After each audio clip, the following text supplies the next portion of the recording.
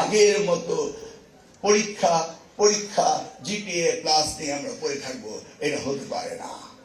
আজকের বিশ্বায়নের লেখাপড়ায় ওই জিপিএ প্লাসের গুরুত্ব তেমন একটি নেই।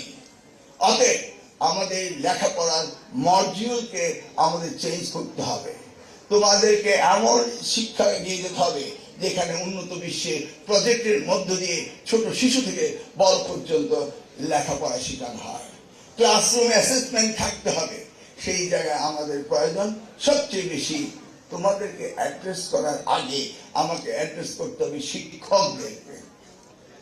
শিক্ষকদেরকে অ্যাড্রেস করতে হবে কিভাবে তোমাদেরকে ক্লাসরুমে পড়াশোনা করাবে।